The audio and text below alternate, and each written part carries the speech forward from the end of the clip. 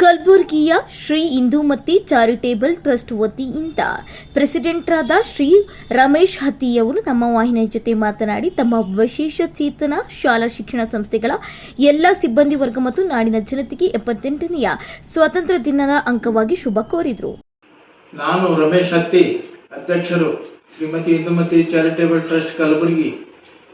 ನಾಡಿನ ಸಮಸ್ತ ಜನತೆಗೆ 78ನೇ ಸ್ವಾತಂತ್ರ್ಯೋತ್ಸವದ ಆರ್ಥಿಕ ಶುಭಾಶಯಗಳನ್ನು ಕೋರುತ್ತಾ, ನಮ್ಮ ಟ್ರಸ್ಟ್ ಅಡಿಯಲ್ಲಿ ಮನಸ್ಸಿನ ವಿಶೇಷ ಮಕ್ಕಳ ವಿಶೇಷ ಚೇತನ ಶಾಲೆಯನ್ನು ಸುಮಾರು 6 ವರ್ಷಗಳಿಂದ ನಡೆಸಲಾಗುತ್ತಿದ್ದು, ಸುಮಾರು 30ರಿಂದ 35 ಮಕ್ಕಳನ್ನು ಹೊಂದಿರುತ್ತೇವೆ.